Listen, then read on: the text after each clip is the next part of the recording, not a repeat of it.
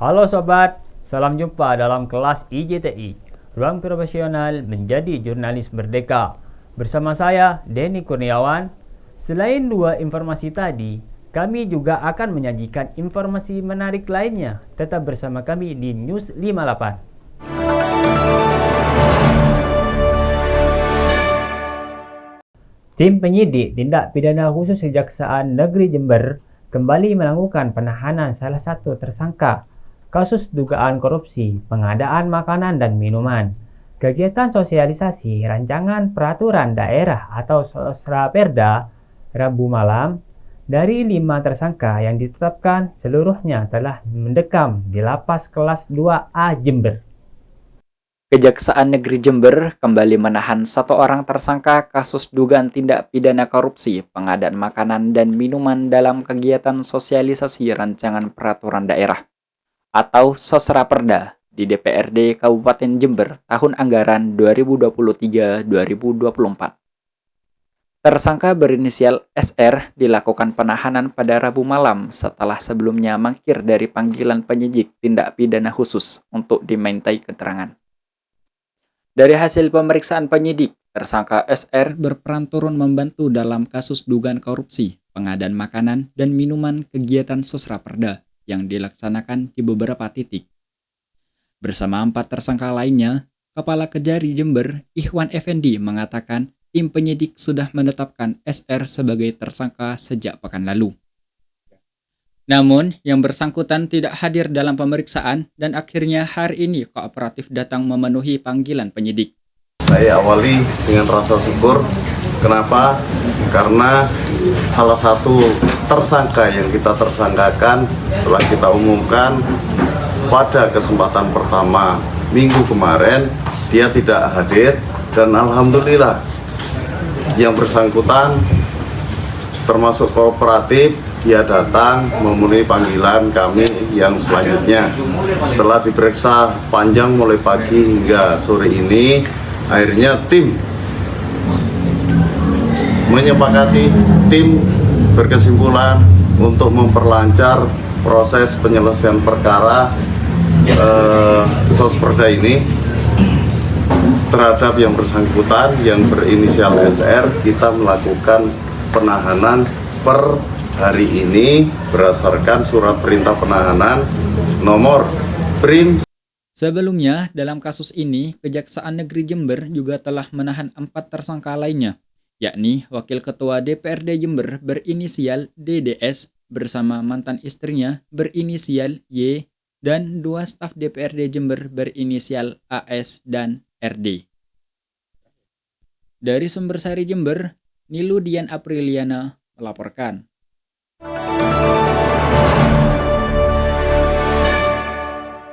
Propam Kepolisian Resort Bondowoso, Jawa Timur Kamis siang kembali meminta keterangan Ketua Ikatan Jurnalis Televisi Indonesia Korda Tapal Kuda. Langkah ini sebagai pendalaman berkas perkara kasus perintangan peliputan yang melibatkan oknum polisi yang terjadi awal Mei lalu. Kasus perintangan peliputan dan tindakan intimidasi yang melibatkan anggota Polres Bondowoso memasuki babak baru. Kamis siang, sejumlah anggota Propam Polres Bondowoso, Jawa Timur mendatangi kantor Ikatan Jurnalis Televisi Indonesia IJTI Korda Tapal Kuda di Jalan Dewi Sartika 58 Jember. Kedatangan divisi Propam ini untuk langkah pemeriksaan lanjutan atas kasus rintangan peliputan yang melibatkan anggota Polres Bondowoso, Aibda R, sebelum berkas perkaranya naik ke persidangan. Kami Polres Bondowoso secara SOP dan secara profesional melanjutkan terkait kasus dengan teman-teman dari JTI. Untuk saat ini Polres Bondowoso akan melakukan sidang terhadap anggota yang dilaporkan oleh teman-teman JTI. Kasus perintangan peliputan dan tindakan intimidasi terhadap jurnalis terjadi awal Mei lalu saat proses evakuasi Sofifor yang terjatuh di puncak Gunung Saing Bondowoso. Aibda R melakukan tindakan verbal melarang wartawan mengambil gambar di area publik. Aksi melanggar Undang-Undang 40 tahun 1999 ini berhasil terekam kamera wartawan, sehingga IJTI secara resmi melaporkan kasus ini ke Propam Polres Bondowoso. Ya, intinya kami sangat mengapresiasi langkah dari Kepolisian Resor Bondowoso terkait dengan laporan kami dari JTI perihal kasus pelarangan dan intimidasi terhadap wartawan saat melakukan peliputan evakuasi pendaki di Gunung Saeng. Laporan ini sudah kami berikan sekitar awal Mei tahun lalu dan sampai hari ini masih terus berlanjut. Kebetulan hari ini kami juga kedatangan tim penyidik dari Propam yang intinya bahwa hari ini mereka melakukan pemeriksaan akhir ya sebelum kasus ini akan disidangkan. Atas perbuatannya, Aibda R kini terancam sanksi etik dari institusi kepolisian dan menanggung segala resiko yang diakibatkan dari tindakan melanggar hukum. Dari Kaliwates Jember, Sarul Fajar, Agil Maulana melaporkan.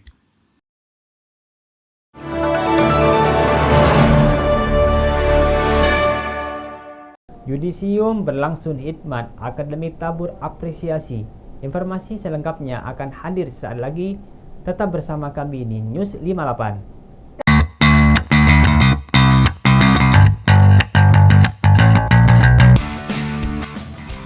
Inilah program edukasi jurnalis TV yang layak Anda ikuti.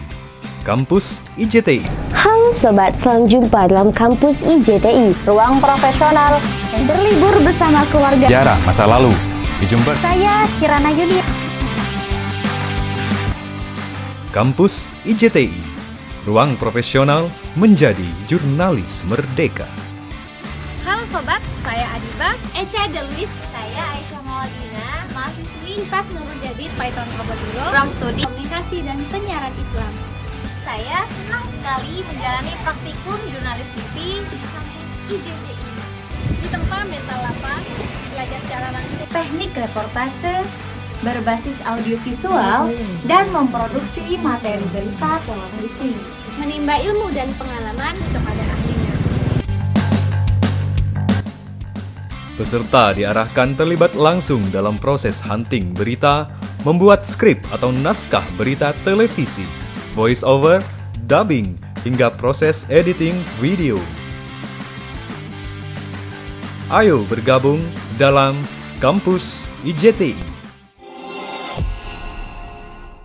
Yudisium Fakultas Agama Islam Universitas Nurul Jadid Kamis pagi berlangsung khidmat dan penuh haru. Pada momen ini, pihak akademik memberikan apresiasi khusus kepada sejumlah calon lulusan yang berprestasi. Prosesi yudisium ini diawali dengan pembacaan daftar wisudawan dan wisudawati oleh panitia penyelenggara, di mana setiap nama yang dipanggil disambut apresiasi aplaus meriah dari para hadirin. Keharuan dan kebahagiaan terlihat jelas di wajah para peserta saat dinyatakan resmi lulus dari Fakultas Agama Islam Universitas Nurul Jadid. Selanjutnya, pihak fakultas memberikan penghargaan kepada lulusan berprestasi, baik dalam bidang akademik maupun non-akademik, sebagai bentuk apresiasi atas dedikasi dan semangat para mahasiswa selama menempuh pendidikan. Pembacaan surat keputusan yudisium dilakukan secara resmi. Dengan dibacakan SK tersebut, seluruh peserta dinyatakan sah menyandang gelar sarjana di lingkungan Universitas Nurul Jadid. Ya, kita pertama-tama mengucapkan alhamdulillah terhadap apa yang kita raih pada kali ini dan juga capaian kita selama 4 tahun belajar studi di Universitas Nurul Jadid. Berbagai kesan pengalaman sudah pernah kita alami bersama.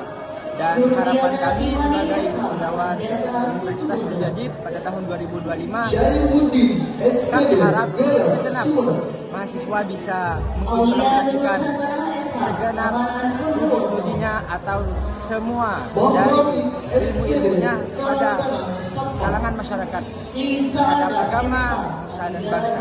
Terima kasih. Perasaan saya selama mencapai pencapaian selama 4 tahun di Universitas Nurul Jadid ini, tentunya sangat bersyukur dan sangat senang dikarenakan Selama 4 tahun ini saya menjalankan kuliah saya dengan penuh sukacita, dengan penuh banyak drama di kehidupan ya, mulai dari saya menjadi maba sampai saya menjadi sama mahasiswa akhir, di mana saya menemui dosen saya, harus menjalankan skripsi saya sampai saya di titik sidang kemarin, dan lega sekali rasanya sudah sampai di titik akhir di yudisium sekarang. Acara yudisium ditutup dengan doa bersama dan sesi foto bersama seluruh peserta.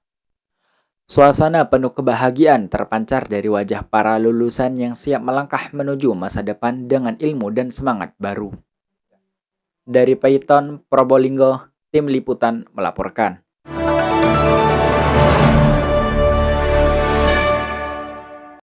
Badan Eksekutif Mahasiswa Fakultas Sosial Humaniora Universitas Nurul Jadid sukses menggelar seminar bedah buku bertajuk Falsafah Harian yang merupakan karya dari salah satu dosen aktif Universitas Nurul Jadid ini, mendorong minat literasi mahasiswa.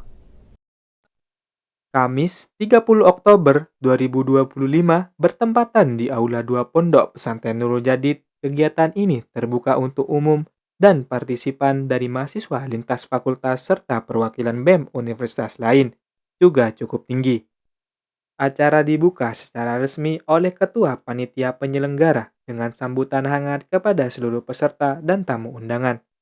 Hadir dalam kegiatan ini perwakilan BEM Universitas Probolinggo dan seluruh BEM fakultas yang ada di UNUJA sendiri.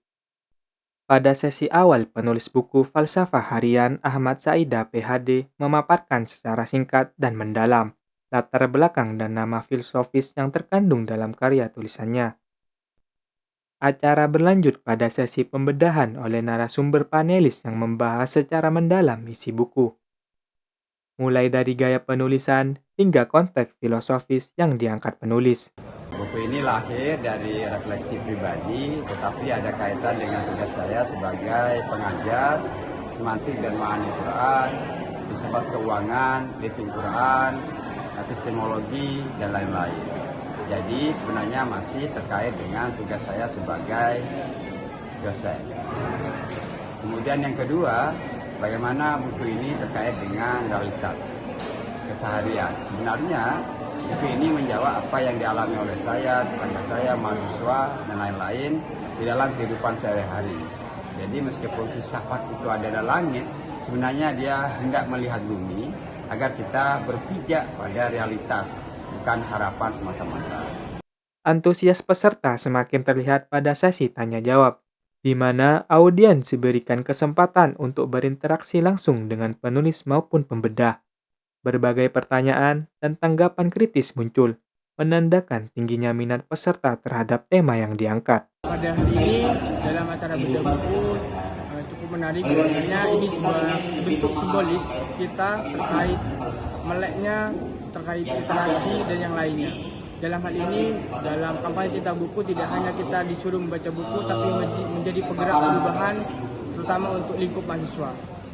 Juga cukup relevan pada hari ini terkait kegiatan yang kita selenggarakan, dengan harapan bahwasanya menjadi agen perubahan ke depannya. Mungkin. Melalui kegiatan ini, panitia penyelenggara khususnya anggota BEM Sosum UNUJA berharap seminar bedah buku Falsafah Harian dapat menjadi ruang diskusi terbuka yang menumbuhkan semangat literasi, berpikir kritis, dan budaya spiritual di lingkungan kampus maupun masyarakat luas. Acara ditutup dengan foto bersama seluruh peserta, tamu undangan, dan panitia menandai suksesnya pelaksanaan seminar yang syarat nilai intelektual dan kebersamaan. Dari Python Probolinggo, tim liputan melaporkan.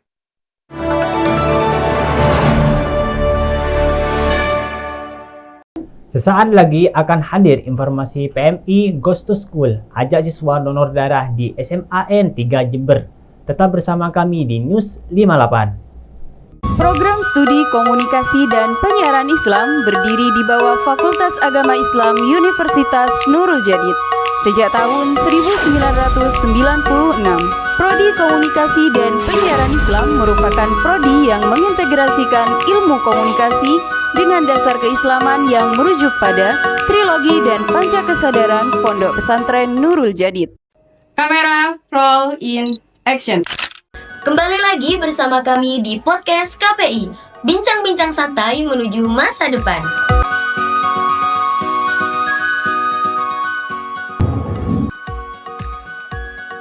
Intinya, isu yang teman-teman bawa harus mengandung proximity dan magnitude. Paham? Saya mengambil isu ini karena menurut saya hal tersebut mempunyai dampak yang cukup signifikan.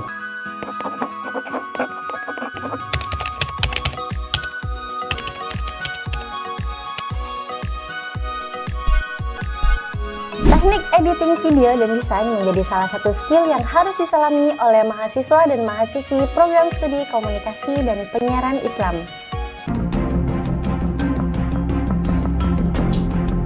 Menyusun skenario, menjadi sutradara dan aktor film memanglah bukan hal yang mudah.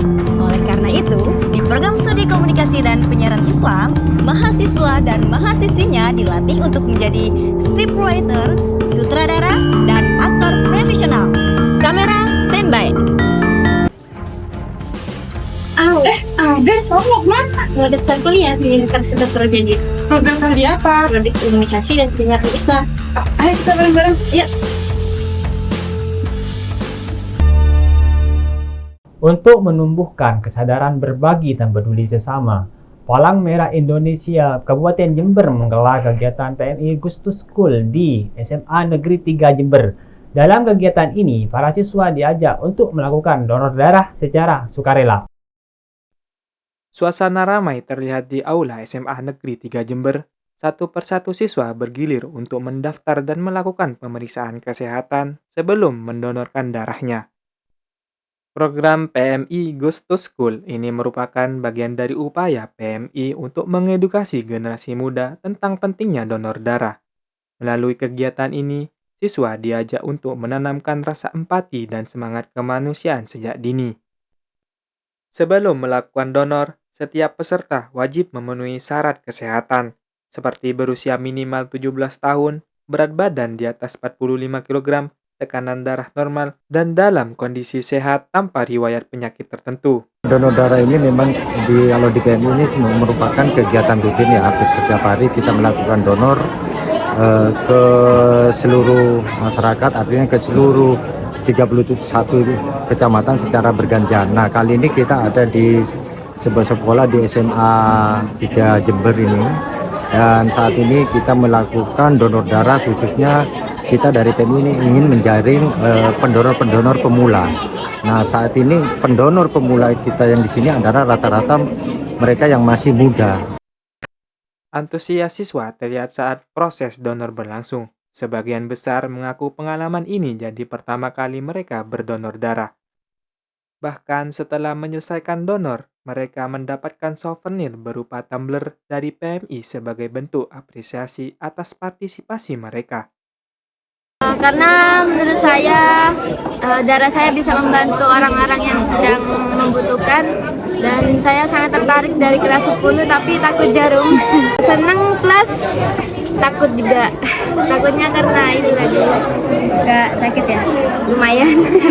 Ayo kita donor darah agar bisa membantu yang membutuhkan. Kegiatan PMI Gustus School juga diikuti dengan penyuluhan tentang manfaat donor darah bagi tubuh, seperti melancarkan peredaran darah, meningkatkan produksi sel darah baru, dan menjaga kesehatan jantung. Dengan semangat kemanusiaan yang tinggi, PMI Gustus School diharapkan terus berlanjut di berbagai sekolah lain di Jember. Dari Kaliwates Jember, Karina Eva melaporkan.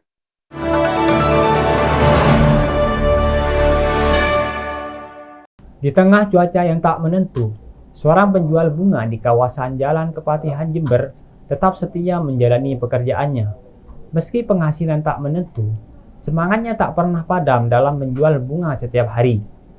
Ibu Purawati, penjual bunga di Jalan Kepatihan Jember, sudah lama menjual bunga mawar dan bunga kenanga di pinggir jalan. Dirinya berjualan setiap hari mulai pukul 5 pagi hingga pukul 3 sore. Namun saat musim hujan, ia hanya berjualan hingga sekitar jam 12 atau jam 1 siang. Beragam jenis bunga yang dijual di antaranya bunga mawar dan kenanga. Untuk harganya, saat hari biasa berkisar antara Rp5.000 sampai Rp10.000.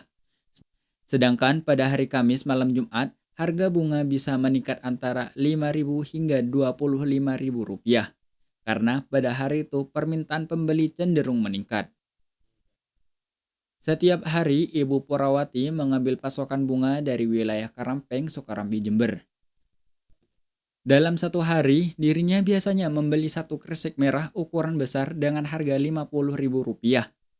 Bunga yang dijual tidak dihitung per kilogram, melainkan per ikat atau per kemasan. Ketahanan bunga tergantung cuaca.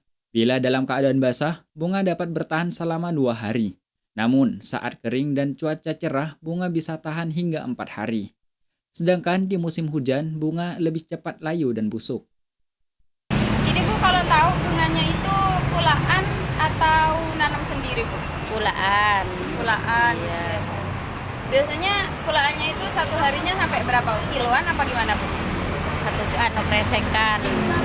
Kresekan? Ya, pakai kresek gitu. Satu kreseknya berapa biasanya? Ya, ada yang 50, 60. Pancen mahal. Satu harinya bisa ini Bu habis atau gimana? Ya kadang habis, kadang ya laku, kadang tidak laku. Kadang tidak dapat uang sama sekali itu, rugi. Untuk saat ini, pembelian dalam jumlah besar hanya terjadi setiap Kamis malam Jumat. Di hari itu, Ibu Purwati biasanya mendapat satu pelanggan tetap yang selalu membeli satu kresek merah bunga setiap minggunya.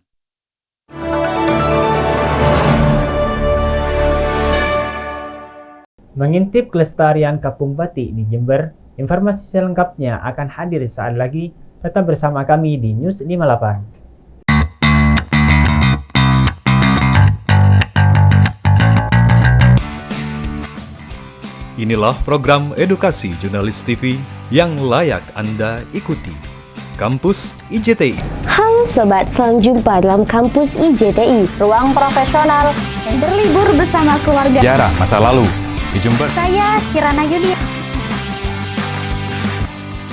Kampus IJTI, ruang profesional menjadi jurnalis merdeka. Halo Sobat, saya Adiba, Echa Delwis, saya Aisyah Mawadina, mahasiswi Pas Nurul Jadid Python Robotiro, program studi komunikasi dan penyiaran Islam. Saya senang sekali menjalani praktikum jurnalis TV di kampus IJTI. Di tempat mental lapang, belajar secara langsung teknik reportase, berbasis audiovisual, dan memproduksi materi berita televisi. Menimba ilmu dan pengalaman kepada ahlinya. Peserta diarahkan terlibat langsung dalam proses hunting berita, membuat skrip atau naskah berita televisi, voice over, dubbing, hingga proses editing video. Ayo bergabung dalam Kampus IJTI. Di tengah pesatnya arus modernisasi, warga di kawasan Kecamatan Kaliwates, Kabupaten Jember masih teguh mempertahankan tradisi membatik. Kampung ini dikenal dengan sebutan Kampung Batik. Anda penasaran? Berikut liputannya. Di Kecamatan Kaliwates, Kabupaten Jember, terdapat Kampung Batik yang dikenal sebagai salah satu kawasan yang masih mempertahankan tradisi batik secara turun-temurun. Kampung ini disebut Kampung Batik karena beberapa penduduknya merupakan pengrajin batik. Dan kegiatan membatik telah menjadi mata pencaharian bagi sebagian masyarakat setempat. Hampir seluruh warga di kawasan ini memiliki kemampuan membatik, baik secara tradisional maupun dengan sentuhan modern. Di tempat ini, kegiatan membatik bukan hanya menjadi sumber penghasilan, tetapi juga bagian dari identitas dan warisan budaya masyarakat itu sendiri. Kenapanya ya karena memang ada beberapa pembatikan di sini sih. Seluruh penduduknya nggak membatik, cuma memang sebagian besar sudah bisa membatik. Kita karena produksi ya kita tiap hari produksi. Kalau utama ada yang utama ada yang sampingnya. Dijual Mbak, karena memang fungsi utamanya kan yang buat ekonomi. Ada yang online, ada yang offline juga. Kalau dari luar ya ada sih ya, mereka datang kemari ya karena memang tahu ada Kampung Batik aja di sini. Kalau di saya di Semarang mulai dari 150, dari start 150. Batiknya? Ya kesehariannya produksi sebenarnya Mbak. Saya produksi, cuma kebetulan aja ada teman-teman PKL juga. Proses pembuatan batik dilakukan secara tradisional, mulai dari mencanting hingga pewarnaan yang membutuhkan ketelitian dan kesabaran tinggi. Melalui kegiatan ini, masyarakat berupaya menjaga agar warisan budaya batik tetap hidup dan dikenal oleh generasi muda. Pelestarian tradisi membatik di Kampung Batik menjadi wujud nyata kecintaan masyarakat terhadap budaya dan diharap terus berlanjut hingga generasi berikutnya. Pelestarian tradisi membatik di Kampung Batik menjadi wujud nyata kecintaan masyarakat terhadap budaya dan diharap terus berlanjut hingga generasi berikutnya. Dari Kaliwates Jember, Siti Nur Hasanah, Titik Bawon melaporkan.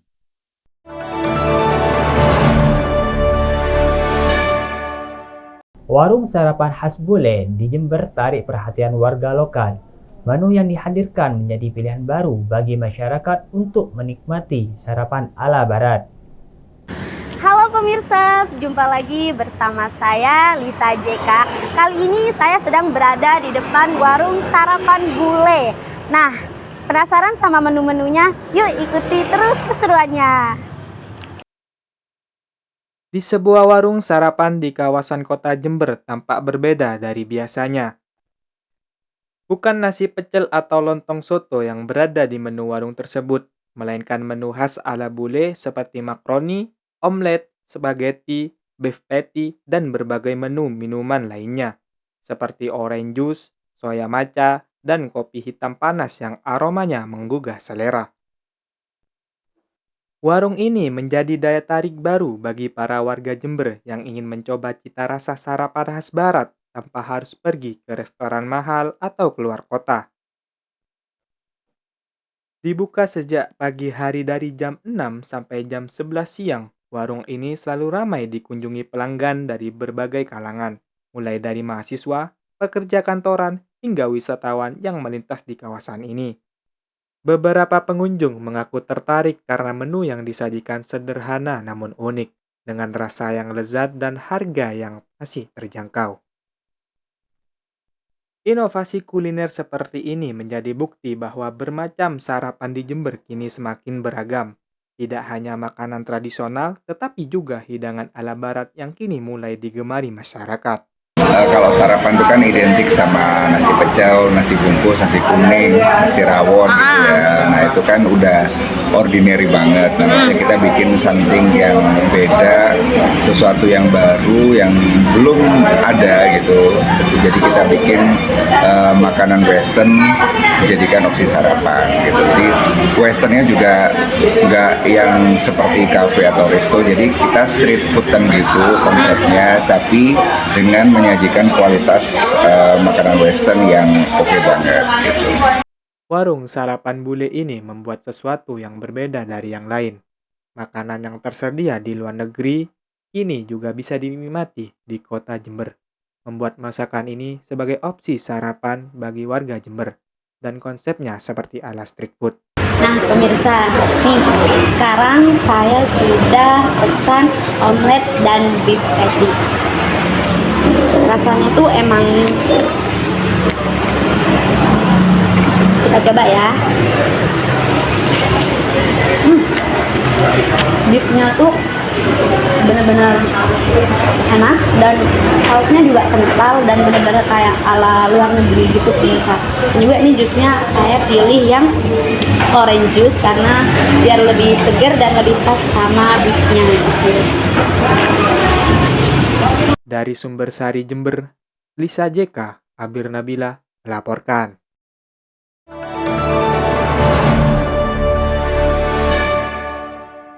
BUMDes Citra Mandiri merupakan salah satu contoh nyata implementasi pemberdayaan masyarakat melalui pengembangan destinasi wisata yang bertujuan membangun dan meningkatkan perekonomian warga sekitar. Assalamualaikum warahmatullahi wabarakatuh. Selamat siang pemirsa News 58. Kali ini saya Zida sedang berada di Wisata Citra Mandiri BUMDes Kecamatan Arjasa Jember. Kali ini saya akan mengeksplor tempat wisata yang dikelola oleh badan usaha milik desa ini yang konon katanya menawarkan berbagai macam wahana permainan dan aneka kuliner UMKM lokal. Apa saja yang bisa kita lihat? Yuk ikutin saya.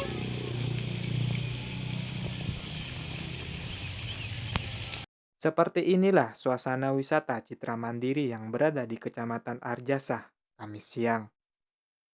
Bumdes Citra Mandiri ini merupakan sebuah tempat wisata yang dikelola oleh warga setempat dan telah menjadi destinasi unggulan di Kecamatan Arjasa, Kabupaten Jember.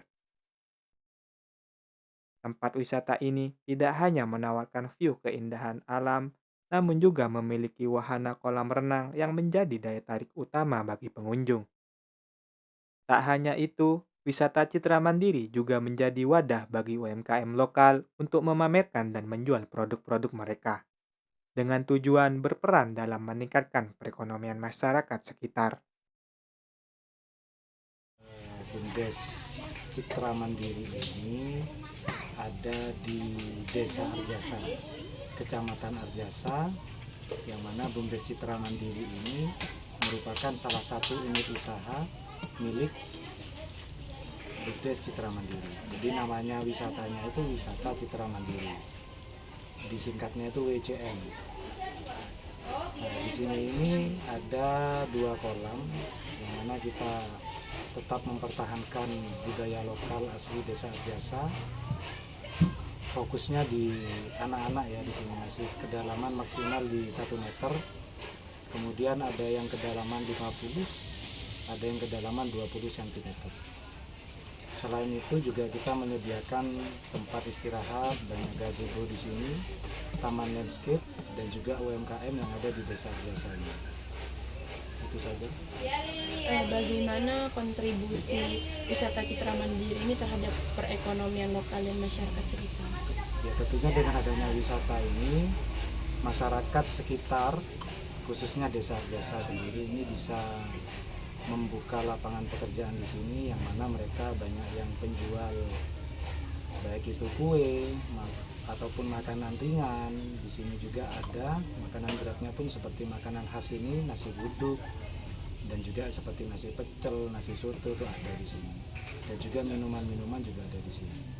Saat ini, wisata Citra Mandiri masih melakukan tahap renovasi, terutama untuk tempat UMKM agar lebih layak serta memberikan kenyamanan bagi pengunjung. Tempatnya menarik, nyaman buat anak kecil. Apa kesan Ibu terhadap suasana di sini, di wisata ini? Gimana perasaannya? Ya, senang. Bisa ajak main ke sini enaknya. Yang paling disukain kalau berkunjung di sini selain renang apa? Tempatnya bagus. Apakah Ibu puas dengan pelayanan staf yang ada di sini? Iya. Ramai, orang-orangnya ramai. Iya. Ini apa Ibu juga merekomendasikan tempat ini kepada saudara atau keluarga? Iya. Boleh dijelaskan kenapa Ibu merekomendasikan? Tempatnya enak buat anak kecil.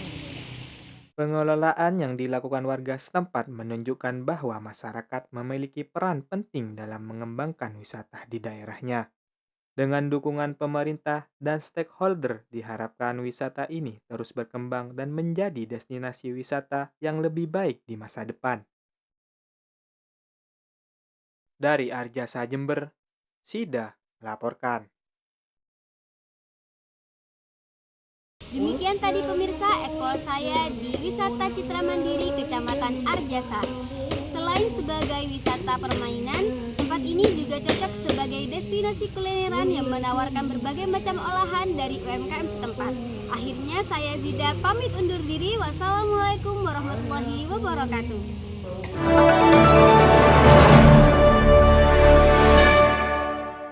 Kasus perintangan, peliputan, dan intimidasi terhadap wartawan oleh oknum polisi di Bondowoso, Ikatan Jurnalis Televisi Indonesia, IJTI Korda Tapal Kuda, meminta semua pihak untuk mafhum menjadikan perkara tersebut menjadi pelajaran bersama.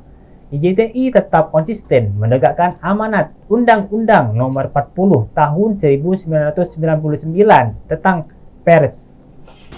Ya, intinya kami sangat mengapresiasi langkah dari Kepolisian Resor Bondowoso terkait dengan laporan kami dari DTI perihal kasus pelarangan dan intimidasi terhadap wartawan saat melakukan peliputan evakuasi pendaki di Gunung Saeng. Pak. Media mas. Media tidak ada dokumentasi.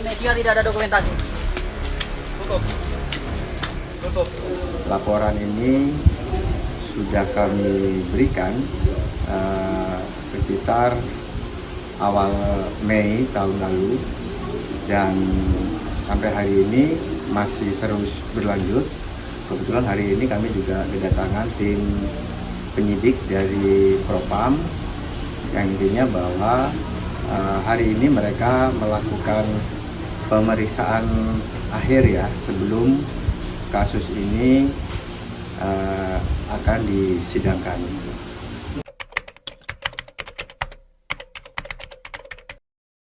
Ya, sebagaimana mungkin yang sudah diberitakan bahwa kasus pelarangan dan intimidasi ini diduga dilakukan oleh seorang anggota kepolisian Resor Bondowoso, Aibda R. Jadi waktu itu kami dan beberapa jurnalis dari Bondowoso melakukan peliputan evakuasi pendaki yang terjatuh di Gunung Saeng, tepatnya di sekitar tanggal 4 Mei 2025. Kemudian kami saat melakukan peliputan seperti biasa, kita mengikuti kegiatan pencarian sampai pada hari Minggu itu tim SAR berhasil mengevakuasi jenazah korban.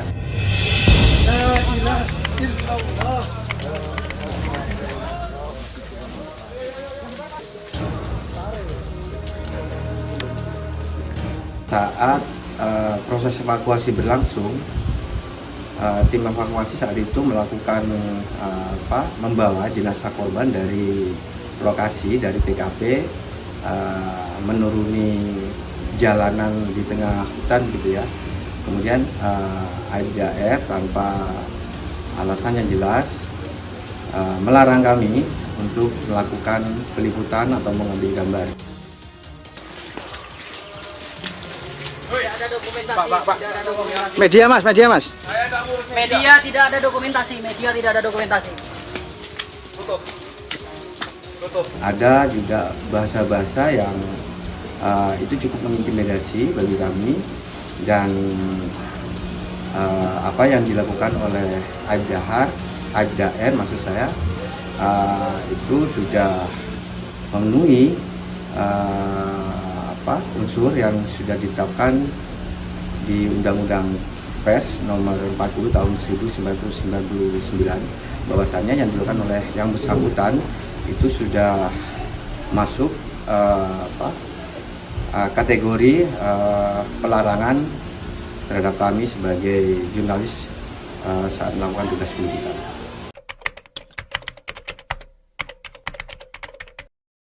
Ya, sampai hari ini prosesnya masih berlangsung. Kami juga cukup mengapresiasi bahwasannya penyidik dalam hal ini juga tetap profesional menjalankan tugasnya. Sampai hari ini tadi ini penyidik juga baru pulang, kami dimintai keterangan dan harapan ke depan bahwa kasus ini bisa menjadi pelajaran untuk semua. Apapun bentuk intimidasi ataupun pelarangan peliputan terhadap jurnalis itu memang melanggar undang-undang dan itu ada konsekuensi hukumnya.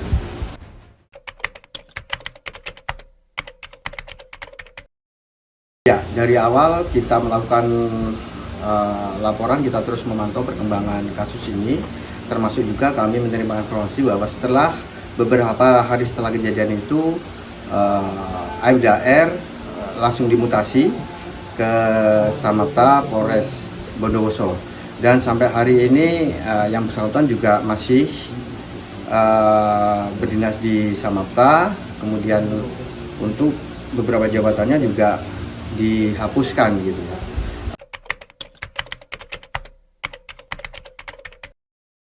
Dari kasus ini mungkin semua bisa belajar bahwasannya Undang-Undang Pers Nomor 40 Tahun 1999 itu sudah cukup tegas. Di sana mengatur segala hal bentuk intimidasi ataupun kekerasan, apalagi ya terhadap jurnalis saat melakukan peliputan. Semua yang sudah diatur sudah cukup menegaskan bahwasannya hal-hal yang melanggar pasal 40 tahun 99 itu sudah pasti mempunyai dampak hukum.